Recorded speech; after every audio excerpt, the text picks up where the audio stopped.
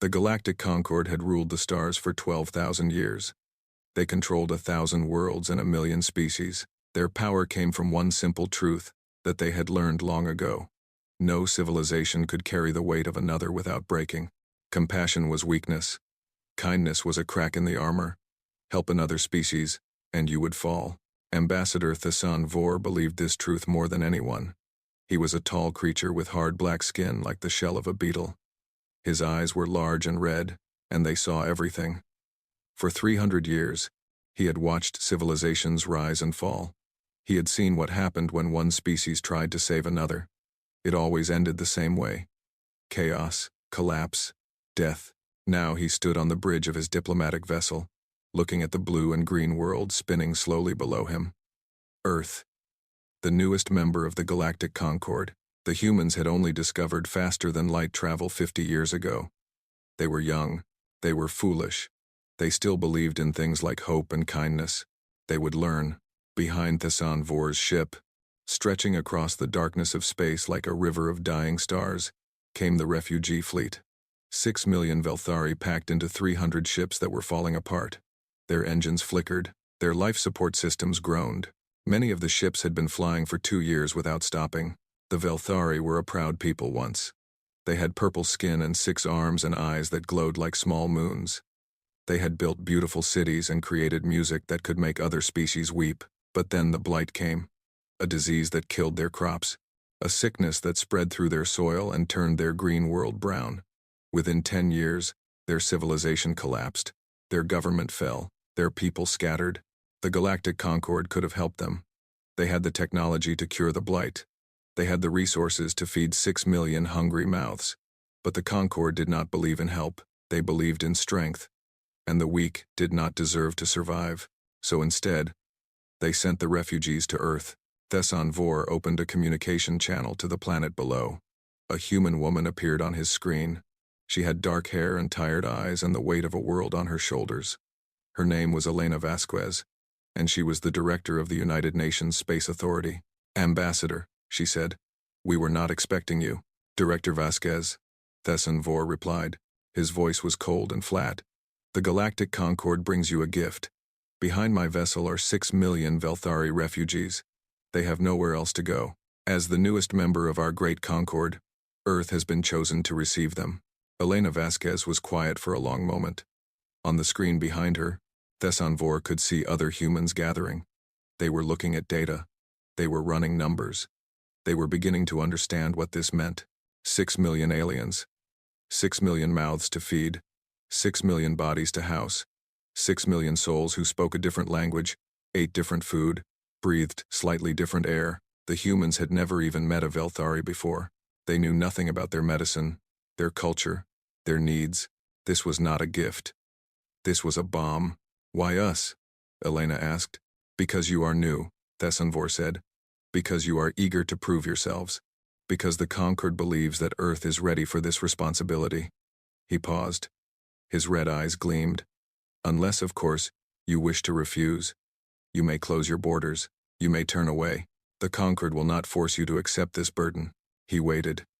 This was the moment he loved most. The moment when hope died in their eyes. He had seen it many times before. The Morvani had refused, and their government collapsed in civil war.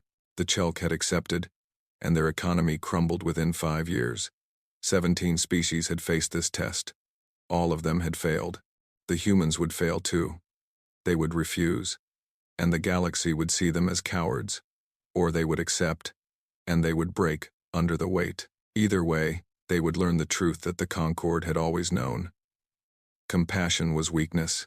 Kindness was death. Elena Vasquez looked at the data on her screens. She looked at the images of the refugee fleet. Ships held together with prayer and rust, children pressing their faces against dirty windows, looking down at a world they had never seen. Old Velthari who had lost everything, sitting in dark corners, waiting to die. She thought about what the smart choice was. The safe choice. The choice that would protect her people. Then she thought about who her people were, what they believed, what they had always believed, even when the universe told them they were wrong. She looked at Thassan Vor and said 5 words that would change the galaxy forever. "Tell them they're coming home." Thassan Vor blinked. His mandibles clicked in confusion. Director, I do not think you understand. 6 million refugees will require resources that your planet does not have. Your economy will suffer. Your people will resist. This is not a small thing. I understand perfectly, Elena said. Open the channel to the refugee fleet. Let me speak to them directly. Vor hesitated. This was not how it was supposed to go. But he opened the channel. Elena Vasquez looked into the camera. She knew that 6 million frightened souls were watching her. 6 million people who had lost everything. 6 million hearts that had forgotten what hope felt like. People of Velthara, she said. My name is Elena Vasquez. I speak for the planet Earth. I know you are tired. I know you are scared. I know you have been told that no one wants you, that you are a burden, that you have nowhere to go. She paused. Her voice grew stronger. They were wrong. You are not a burden. You are not unwanted. You are our neighbors. And on Earth, we do not turn away our neighbors. She smiled. Welcome home. Across 300 dying ships, 6 million Velthari heard those words. And for the first time in 2 years, they began to cry. The first ships landed in the Australian outback 3 days later. The desert stretched out flat and red beneath a sky so blue it hurt to look at. Velthari stumbled down the landing ramps on shaking legs. Many of them had not stood on solid ground in 2 years. Some fell to their knees and pressed their hands against the dirt. It was not their dirt. It was not their world. But it was land. And it was real. And it was safe. Waiting for them were thousands of humans. They came from everywhere. Doctors from Sydney, engineers from Melbourne, teachers from Perth, farmers from the countryside, old women who had packed sandwiches because they did not know what else to bring, young men who had driven through the night because they wanted to help, children who held handmade signs that said welcome in badly spelled Velthari. Nobody had told them to come. Nobody had forced them. They just came. A Velthari woman named Saris walked down the ramp of her ship, holding the hands of her 2 children. Her husband had died on the journey. Her parents had died before that. She had nothing left except these 2 small lives that depended on her. She looked at the crowd of strange creatures waiting below. Pink skin, 2 arms, small eyes. She had never seen a human before. She did not know if they would hurt her. A human woman walked toward her. She was old, with white hair and a kind face. She held out a bottle of water. You must be thirsty, the old woman said. Saris did not understand the words, but she understood the gesture. She took the water. She drank. She cried. The old woman put her arms around Saris and held her while she sobbed. Around them, 1,000 similar moments were happening. Humans and Velthari meeting for the first time. 2 species that had never spoken, never touched, never even seen each other in person. Finding ways to communicate without words. Ambassador Vor watched from his ship in orbit. He recorded everything. He sent reports back to the Concorde. He waited for the problems to begin. They came quickly. The Velthari could not eat human food. Their bodies needed different nutrients. Within a week, supplies ran low.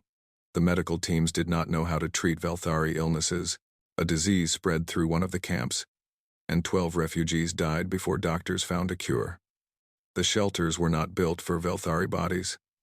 They were too small, too cold, too wrong. Vor watched and waited. Soon the humans would give up. Soon they would see that this was too hard. Soon they would fail. But something strange happened instead.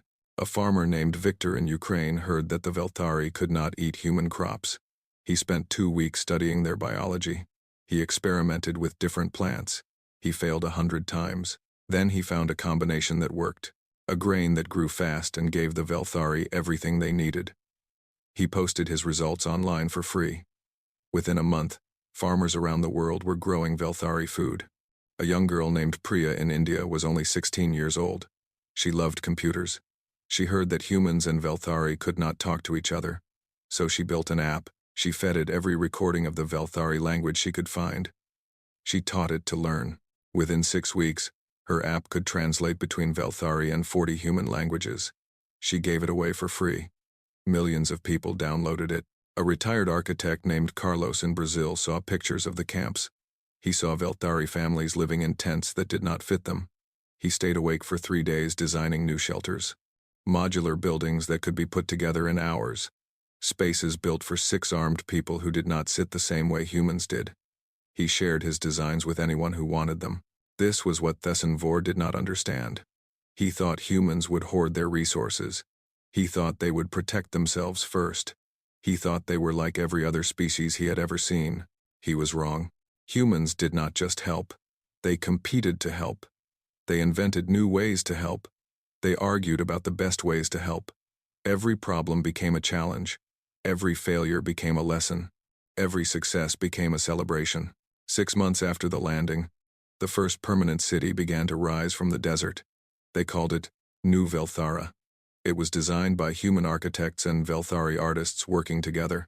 The buildings were strange and beautiful, mixing human concrete with Velthari curves.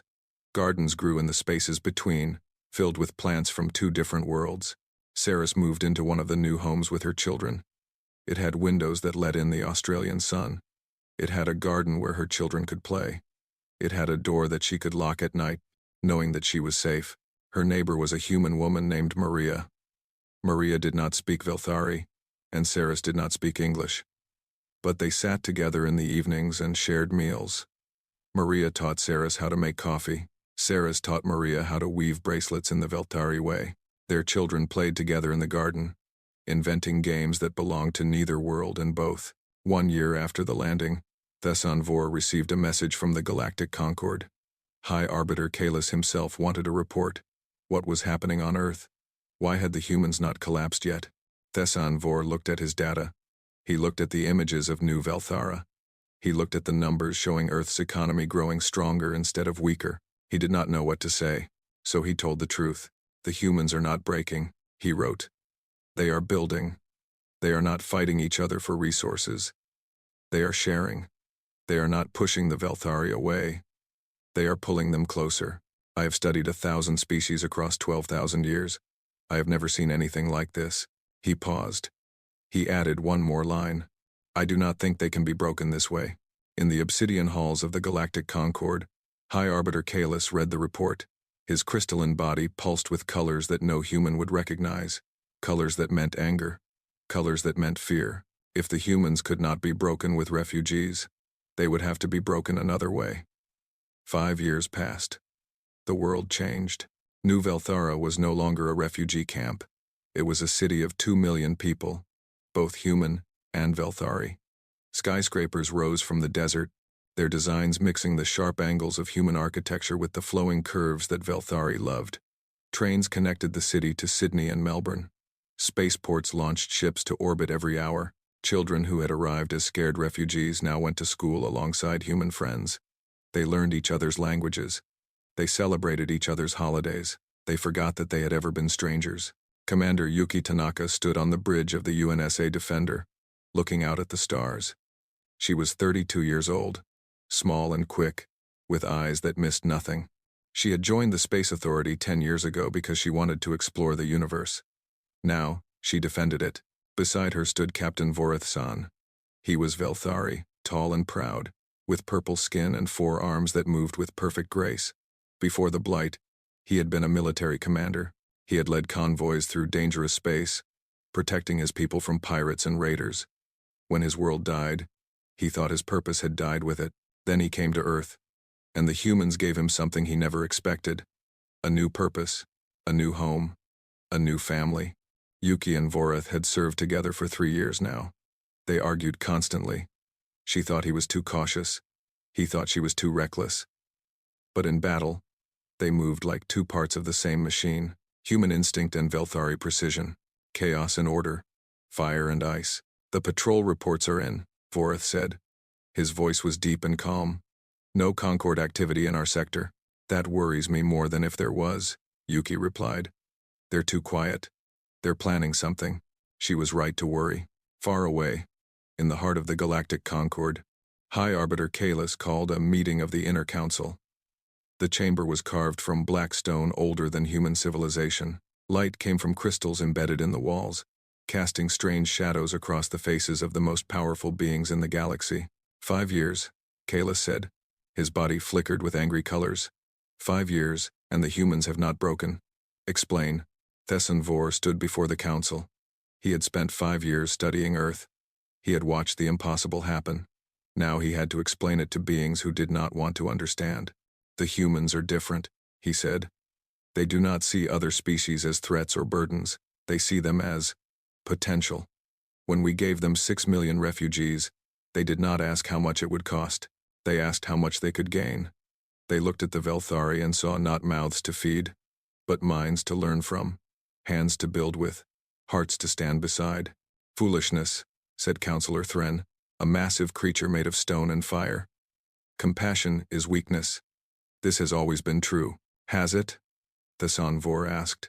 In 5 years, Earth's technology has advanced by 50 years. Velthari mathematics have transformed human computing. Human creativity has inspired Velthari art.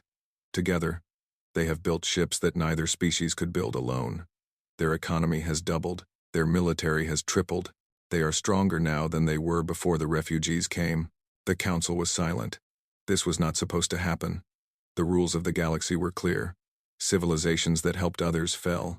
Civilizations that stood alone survived. This was the truth that had guided the Concord for 12,000 years. But Earth was proving that truth wrong. Then we must act, Kalis said. If they cannot be broken from within, they must be broken from without.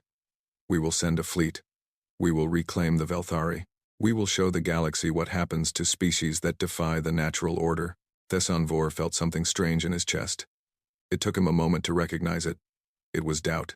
High Arbiter, he said carefully. The humans will fight, and the Velthari will fight beside them. They are no longer two species. They are one people. Then they will die as one people, Kalis replied. Prepare the fleet. On Earth, life continued. Saris had become a teacher. She taught human children about Velthari history. She taught Velthari children about human courage. Her son was 18 now, studying engineering at a university in Tokyo. Her daughter was 16, dreaming of becoming a pilot. One evening, Saris sat in her garden with her neighbor Maria. They spoke easily now, mixing English and Velthari in a way that would have been impossible 5 years ago. Maria's grandchildren played with Saris's children, chasing each other through the flowers. Do you ever miss your home? Maria asked. Saris thought about the question. She thought about the purple skies of Velthara, the cities that had fallen, the family she had lost. I miss what it was, she said. But this is my home now. Earth is my home. You are my family. Maria took her hand and squeezed it. 300 light years away, the Concord fleet began to move. 300 warships, armed with weapons that had destroyed civilizations. Their mission was simple: break the humans, reclaim the Velthari, restore the natural order. They expected to find a planet divided by the burden of refugees. They expected to find a species weakened by compassion. They were about to learn how wrong they were. Commander Yuki Tanaka received the alert at 0300 hours. She read it twice to make sure she understood. Vorith, she said quietly. Wake the crew. The Concord is coming. Vorith-san's eyes glowed in the darkness. How many ships? 300. He was quiet for a moment. Then he smiled. It was a Velthari smile. Strange and beautiful. Good, he said. Let them come. Let them see what we have become. The Concord fleet dropped out of faster-than-light travel at the edge of the Sol system. 300 warships arranged in perfect formation. Their hulls were black and silver, covered with weapons that could crack planets open like eggs. At their center flew the flagship Eternal Mandate, carrying High Arbiter Kalis himself. He had come to watch humanity fall. Scan the system, Kalis commanded. Show me their defenses. The scan results appeared on his screen. He expected to see chaos. Ships scattered without purpose, stations half-built and poorly armed, a civilization struggling under the weight of 6 million refugees. Instead, he saw a wall. The human fleet waited at the orbit of Mars, 150 ships arranged in defensive formation. But these were not the crude vessels that humans had built 50 years ago. These were warships designed by two species working together: human engines and Velthari shields, human weapons and Velthari targeting systems. They were smaller than Concord ships, but they were fast and fierce, and built to fight. And at the center of the formation floated something that made Kalis pause: the UNSA Defiance, a dreadnought half a kilometer long, the first true warship of the United Earth Velthari Coalition. Its hull was painted with symbols from both species: On one side, the blue and green of Earth. On the other, the purple and silver of Velthara. 2 worlds, 1 ship, 1 purpose. Admiral Chen Wei-lin stood on the bridge of the Defiance. He was 60 years old, with gray hair and calm eyes. He had spent his life preparing for a war he hoped would never come. Now it was here. "Open a channel to the Concord flagship," he said. Kalis appeared on his screen. Crystal and light, ancient and terrible. "Admiral," Kalis said, "you cannot win this fight. Surrender now, and we will be merciful. Return the Velthari to us. Accept your place in the natural order. There is no shame in knowing when you are beaten." Chen Wei-lin smiled. "High Arbiter," he said, "with respect, you do not understand what you are facing. You sent 6 million people to break us. Instead they made us whole. You thought compassion was weakness. You were wrong. Every Velthari on Earth has family now. Human family. And humans do not abandon family."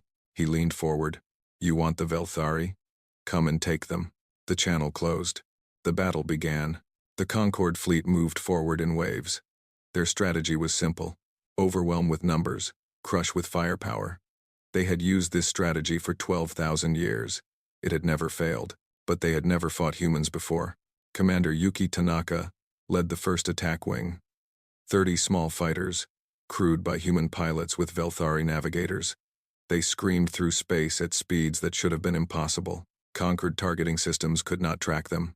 Conquered weapons could not hit them. "Break formation," Yuki ordered. "Attack pattern Delta 7. The fighters scattered like a flock of birds, then came together in perfect synchronization. They hit the lead Conquered destroyer from 6 directions at once. Their weapons were not powerful, but they were precise. They found weak points that the Concord did not know they had. The destroyer's shields flickered and died. Its engines exploded. It began to fall. Captain Vorath-san commanded the drone swarms from the Defiance. Thousands of small, unmanned ships that moved as one mind. He guided them with Velthari precision, finding patterns in the chaos that no human could see. The drones surrounded Conquered ships and tore them apart piece by piece. But the Concord had numbers. For every ship they lost, 2 more pushed forward. The human line began to buckle. The Defiance took hit after hit, its shields straining. On the bridge, Admiral Chen Wei-lin watched the battle unfold. They were losing, slowly, but surely. The math was simple. 150 ships could not beat 300, not for long. Then something happened that Kalis did not expect. From the orbit of Earth, more ships appeared. Civilian ships, cargo haulers and passenger liners and mining vessels. Ships that had no weapons, no armor, no training for war. Ships crewed by ordinary people who had watched the battle begin and made a choice. They flew toward the fight. The first ship to reach the battle line was a cargo hauler called the Maria's Hope.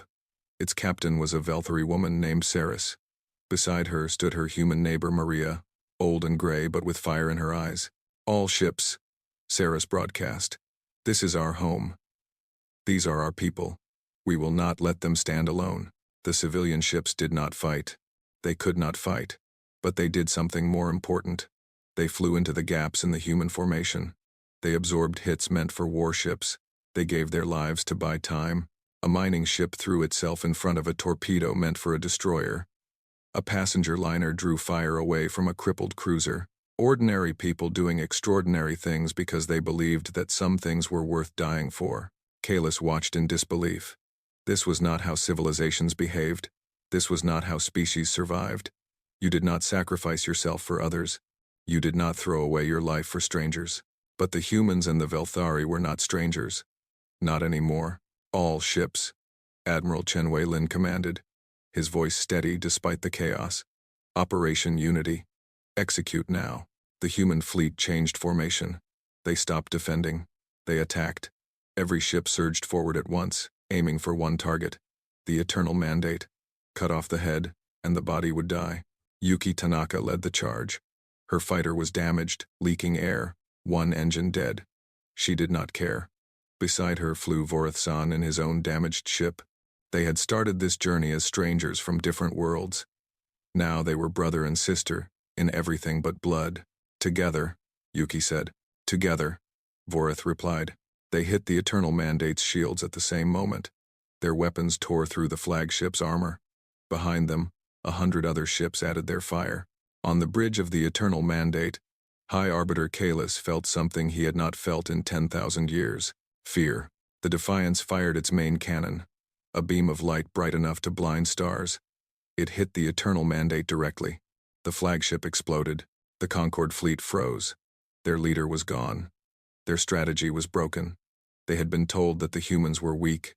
They had been told that compassion was death. They had been told that the natural order could not be changed. They had been lied to. One by one, the Concord ships began to retreat. On Earth, 6 billion humans and 6 million Velthari watched the battle end. They held each other and wept and cheered and prayed. They had faced the most powerful force in the galaxy, and they had won. Director Elena Vasquez, now Secretary General of the Coalition, broadcast a message to the entire galaxy. "You sent 6 million souls to break us," she said. "Instead, they made us whole." The galaxy approached with caution. Humanity welcomed with open arms, and when you came to destroy us, we pushed back. Together. She paused. Her eyes were bright with tears and triumph. "This is who we are. This is who we will always be. And if you come for our family again, we will be ready." The war lasted 2 years. But it was not the war that Kalis had planned. It was not a war of conquest. It was a war of liberation. Word of the battle spread across the galaxy like fire. Every species heard what had happened. The mighty Concord, undefeated for 12,000 years, had been stopped by a young civilization that did not know it was supposed to lose. A civilization that had taken in refugees and grown stronger. A civilization that had faced impossible odds and won because its people stood together. The Morvani heard the story. They were a scattered people, broken decades ago when the Concord used refugees to destroy them. They had been told that they failed because they were weak. Now they learned the truth. They had failed because they had been alone. When Earth offered them shelter, they came by the millions. The Chelk heard the story. They had accepted refugees once, and their economy had collapsed. But watching Earth, they understood what they had done wrong. They had treated the refugees as burdens to carry. Earth had treated them as partners to build with. When the Coalition invited them to join, they said yes. One by one, species across the galaxy looked at Earth and saw something they had never seen before. Hope. Ambassador Thesson Vor was captured during the battle. He expected to be executed. Instead, the humans put him in a comfortable room and brought him food and asked him questions. Not about military secrets, about himself, about his people, about why he believed the things he believed. It took 3 months before he understood what they were doing. They were not punishing him. They were trying to understand him. And in trying to understand him, they forced him to understand himself. One day, Elena Vasquez came to visit him. "You must hate me," he said. "I tried to destroy your world." "You did what you thought was right," Elena replied. "You believed what the Concord taught you. That compassion was weakness. That helping others would break you. You were wrong. But you were not evil. You were just mistaken." Thesson Vor was quiet for a long time. "The Concord has ruled for 12,000 years, he said finally. "We believed that our way was the only way, that the strong survive by standing alone. But you survive by standing together. You grow stronger by lifting others up." "Everything I knew was wrong," Elena smiled. "That is a hard thing to learn," she said. "Trust me, humans have had to learn it many times. We are not perfect. We have made terrible mistakes. We have hurt each other. But every time we fall, we try to get back up. We try to be better. That is all anyone can do." "Why are you telling me this?" "Because the war is not over. The Concord still controls 1,000 worlds. Billions of people still live under their rules. And I do not want to conquer them. I want to free them, but I cannot do that alone. I need someone who understands the Concord from the inside. I need someone who can help me show them a different way." Thesson Vor looked at her. This strange, soft creature who had defied everything he thought he knew, who had welcomed enemies and turned them into friends, who saw potential where others saw threat. "Why would you trust me?" he asked. "Because everyone deserves a second chance," Elena said. "Even you." 1 year later, Thesson Vor stood before the Galactic Covenant. This was not the Concord. This was something new. A union of species who had chosen to stand together. Earth and Velthara, Morvani and Chelk. Dozens of others who had heard Earth's message and believed. I served the Concord for 300 years, Vor said, his voice carried across the great chamber. I believed that their way was the only way. I was wrong. The humans showed me a different truth, that we are stronger together than apart, that compassion is not weakness but strength, that the greatest civilizations are not built on fear, but on hope. He paused. I cannot undo the things I have done, but I can help build something better. That is why I stand with the Covenant today. Not because I was conquered, but because I was convinced. The chamber erupted in applause. In New Velthara, now a city of 10 million, a monument was unveiled. 2 hands clasped together. 1 human, 1 Velthari, holding a single star. Admiral Yuki Tanaka stood beside Admiral Vorith San, watching the ceremony. They had been promoted together after the war. The first human and Velthari to hold equal rank in the coalition fleet. They had fought side by side. They had bled together. They had saved each other more times than they could count. Vorith, Yuki said quietly. Can I ask you something? Always. That first day, when you came down the landing ramp with all those refugees. Were you scared? Were you scared? Vorith was quiet for a moment. His eyes, glowing softly in the evening light, looked at the monument, terrified. He admitted, we had lost everything. Our world, our people, our hope. We thought we were coming to die in a strange place, unwanted and alone.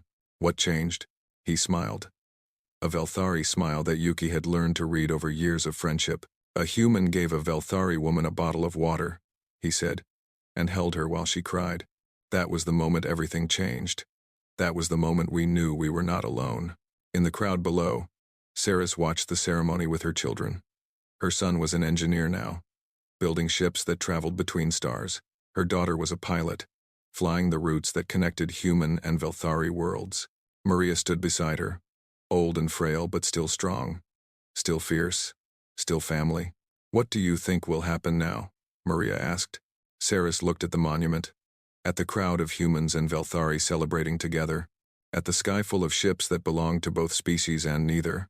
I think we will keep building, she said. I think we will keep growing. I think we will make mistakes and learn from them, and try again. I think we will face new challenges and new enemies and new tests, and I think we will face them together. She took Maria's hand, because that is what family does. The sun set over New Velthara. Earth's sun, which had once been foreign to the Velthari, now felt like home. In the distance, ships rose toward the stars, carrying humans and Velthari to new worlds, new adventures, new beginnings. The galaxy had approached Earth with caution.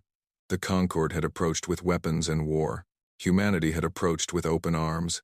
And in doing so, they had changed everything. The inscription on the monument glowed softly in the fading light. They sent 6 million to break us. We welcomed 6 million to make us stronger. The galaxy approached with caution. We answered with courage. This is what humanity has always known. We rise together, or we do not rise at all. And across 1,000 worlds, old enemies became new friends. Scattered peoples found new homes, and the galaxy began to learn what humanity had always believed, that the strongest civilizations are built not on fear, but on hope, not on isolation, but on welcome, not on what divides us, but on what brings us together. This was the new dawn, and it was only the beginning.